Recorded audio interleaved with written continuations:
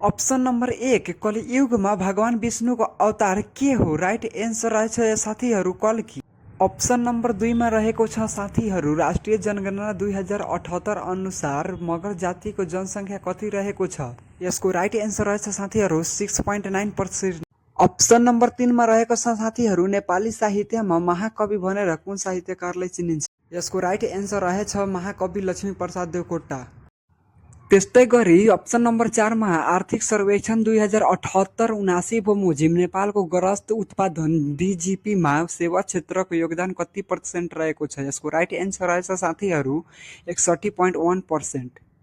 Question number 5 15औं योजनाको अन्त्यसम्ममा नेपालीको प्रति व्यक्ति आय कति पुर्याउने लक्ष्य राखेको छ? यसको राइट एन्सर रहेको छ साथीहरू 1595 अमेरिकी डलर। क्वेश्चन नंबर 6 नेपालको सबभन्दा ठुलो औद्योगिक क्षेत्र कुन हो? यसको राइट एन्सर रहेको छ साथीहरू हेटौडा औद्योगिक क्षेत्र अमेरिकाको सहयोगबाट बनेको हो।